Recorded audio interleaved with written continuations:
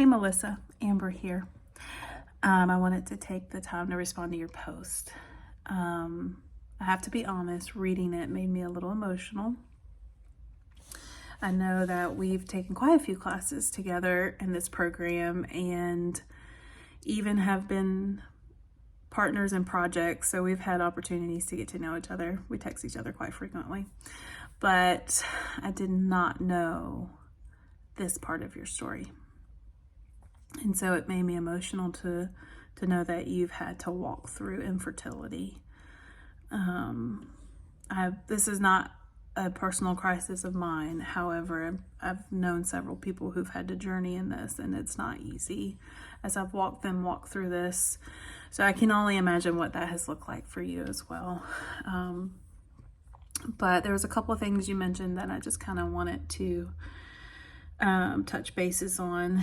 And the James and Gillian, you talked about the several characteristics of crisis and even said that to some this may not seem like a crisis, but very much to you and your husband it was. Even James and Gillian talk about how crisis none of us are immune to, how it manifests in our different lives. That's why it's really hard. They talk about that in the text. Being able to define what crisis is almost impossible, just because it touches everyone differently, and that's where the idiosyncratic nature of crisis comes into play. And so this is very much a crisis for you, as I would presume it would be for most people. And so you go on to talk about how there wasn't a real physical danger for you personally, but it did really shake you and your husband's faith. And I could totally understand why something like this would probably pose a lot of questions, But there were a couple of things you said about it that just really stuck out to me. And you just talked about how there was you saw a lot of opportunity, which James and Gillian also talk about in the text, how there's opportunity for danger and there's opportunity when it comes to crisis. And first off, the opportunity that you saw was fostering and having the opportunity to impact other children's lives that maybe would have not been something you would have considered pre-infertility, which is really awesome. But then you also mentioned how there was opportunity for great growth in your faith. And I just really love that a lot, because you quoted a bunch of scriptures here, even talking about how trials and testing actually causes our faith to grow.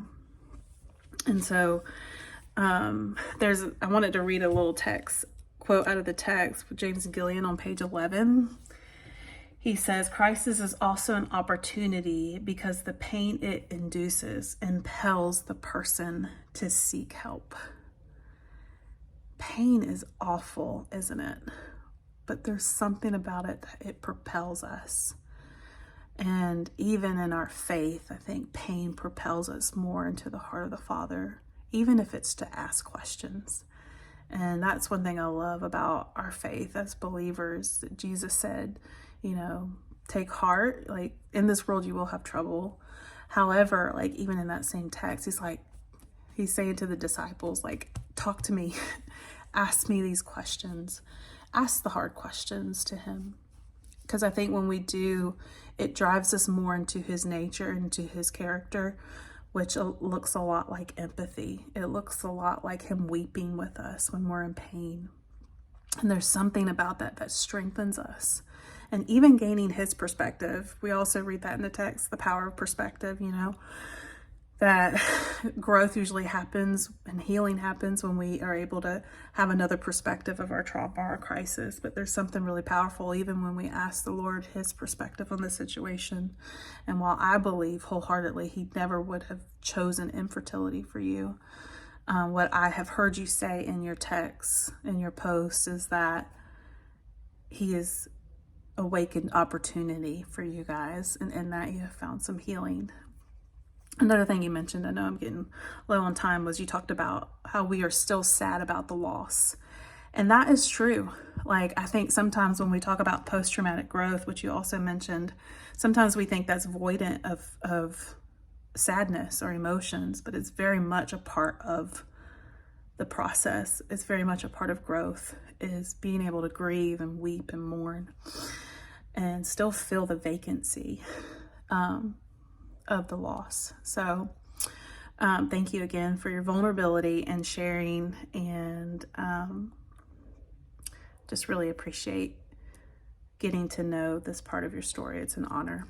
I'll talk to you soon.